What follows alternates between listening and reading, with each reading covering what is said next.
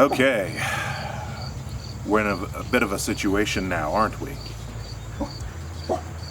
I wanted to take a second to talk about Haitian migrants at our southern border. I already made a video about Haiti, but I feel that I left out the most important part.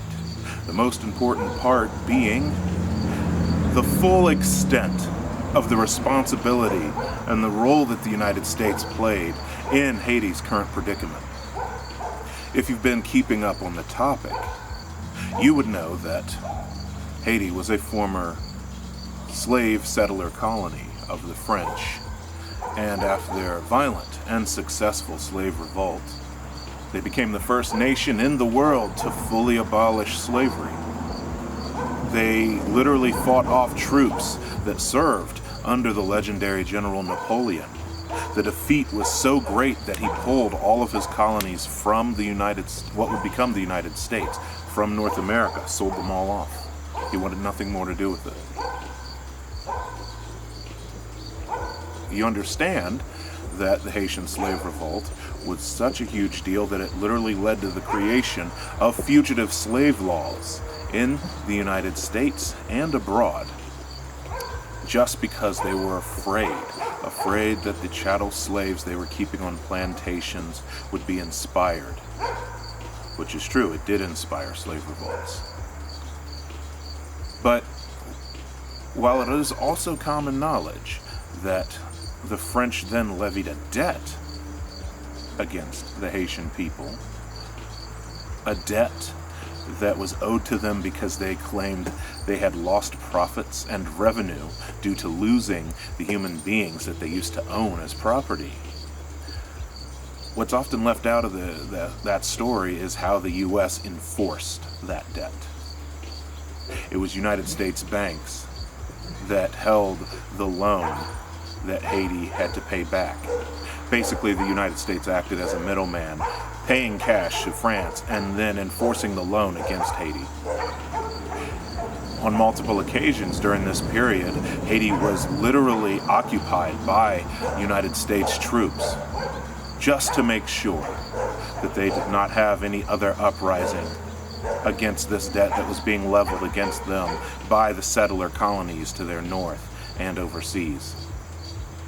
This financially crippled that country for the better part of a century.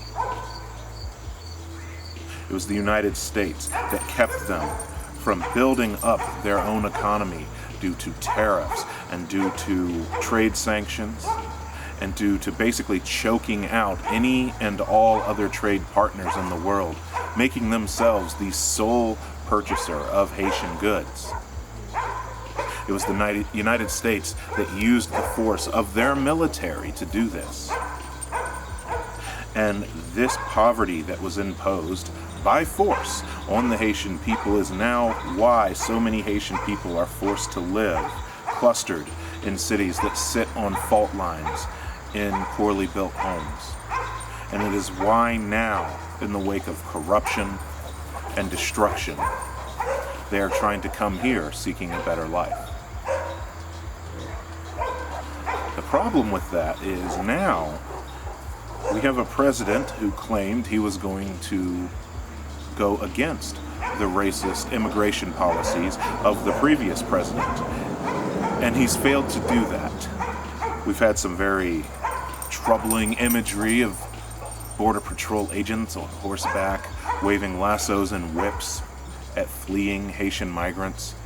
14,000 of them were forced to sleep under a bridge on concrete, being fed bread and bottled water while waiting to be released. The administration is touting the fact that they are sending flights, sometimes 7 airplane flights a day, just to forcibly deport people from the United States. I would argue that the U.S. owes a larger than average debt to the people of Haiti and should have no problem opening its doors to those who seek refuge within our borders. That said, there was a bit of dialogue a little while back talking about the concept of patriotism and its role in organizing on the left. Honestly, though, I think that if you are living in the United States, if you're an American, there's no place for patriotism. And I can argue that point with logic. You see, they would say that they know, and they want other people to know, that when they say they love America, they mean the people of America. But this is the only situation that we apply this logic to. I am heavily critical of Israel. And when I talk about Israel, or when I talk about how racist certain Eastern European countries like Norway or Finland are, they know that I am not speaking about individual citizens of these countries, but instead the state and the policies that the government of that state enacts. But somehow this is flipped.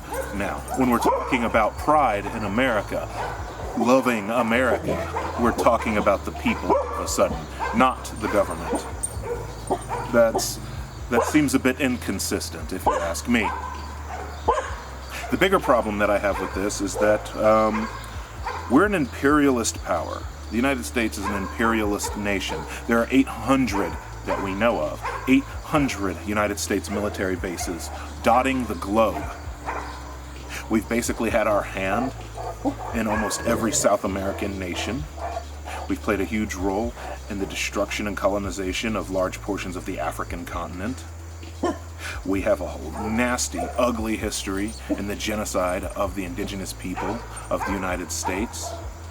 We've taken our imperialism and colonialism to Southeast Asia as well, to Vietnam, to Korea, to Japan.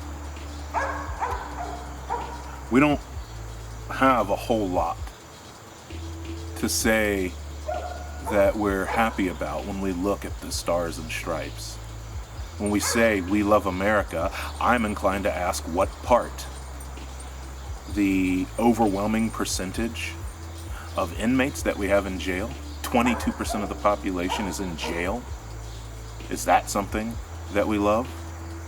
Do we love our private healthcare system that leaves people sick and dying because they had the misfortune of catching an illness? Do we love leading the world in COVID deaths? Is that the part of America that you love? I really need to know.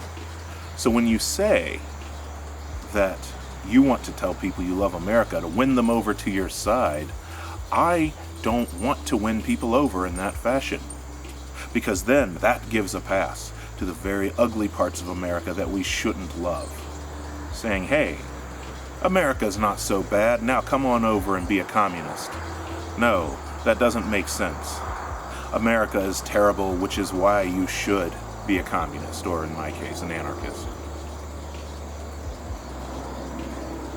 And one only point to just a current example of what's happening to the people of Haiti to really make you question why someone would love America.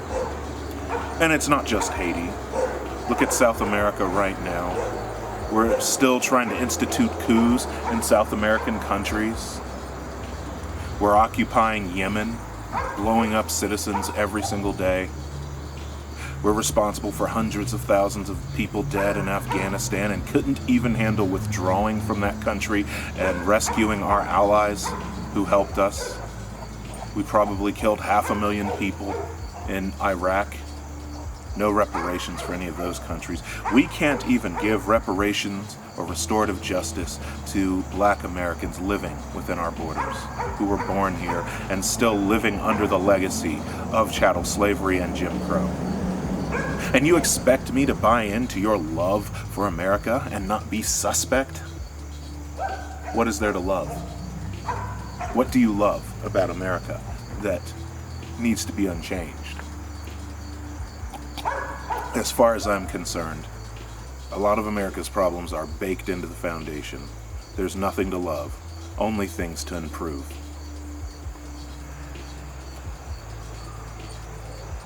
Honestly, I didn't think that was something I'd have to explain.